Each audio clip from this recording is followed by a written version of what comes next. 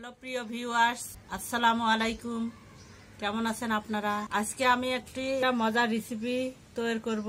এটা হচ্ছে খোসা ছাড়ানো বুট। খোসা ছাড়ানো বুট দিয়ে ইলিশ মাছের পোনা রান্না করব।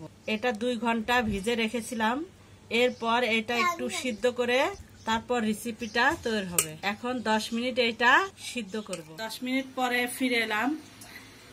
ডালটা এখন সিদ্ধ হয়ে গেছে। এখন এটা বাগার দিব।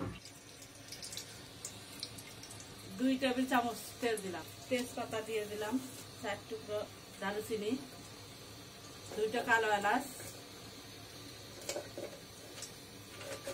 আর কয়েকটা সাদা এলাচ। এখানে পেঁয়াজ কুচি,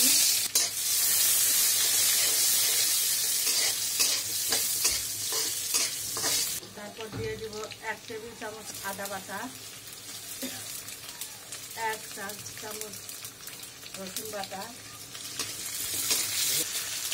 হলুদ দিব প্রয়োজন মতো, ধনিয়া মশলা দিব 1 চা চামচ, মরিচের গুঁড়ো দেব 1 চামচ,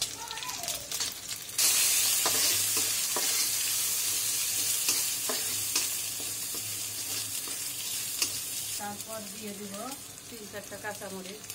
কাঁচামরিচ এই অর্ধেক করে ফালা করে দিব। টমেটো দিয়েছি, বুটের ডালটা দিয়ে দিলাম, স্বাদ মতো লবণ, কালারটা সুন্দর হওয়ার জন্য আর একটা আলাদা একটা ফ্লেভার আসবে। এরপরে দিলাম প্রয়োজন মতো পানি।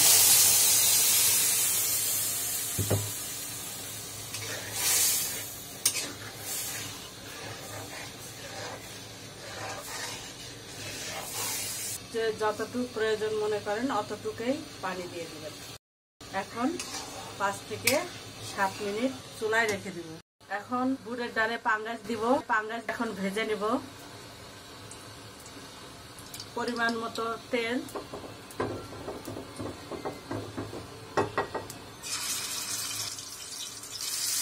পাঙ্গাস মাছটা সাধারণত ছোট বাচ্চারাই পছন্দ করে, তবে এরকম করে রান্না করলে বড় ছোট সবাই মজা পাবে।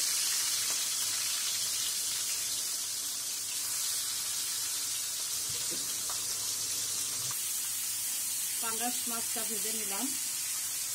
একই সাথে বুটের ডালটাও রান্না হয়ে যাচ্ছে। এটা হালকা ঘন হয়ে আসবে, তখন ভাজা মাছটা এখানে ছেড়ে দেব। দিয়ে যখন মাখা মাখা হয়ে যাবে তখন রান্নাটা উঠায় নিব। মাছটা ভাজা শেষ। এখন ডালটা সিদ্ধ হয়ে গেছে। এই মাছটা এখানে অ্যাড করব।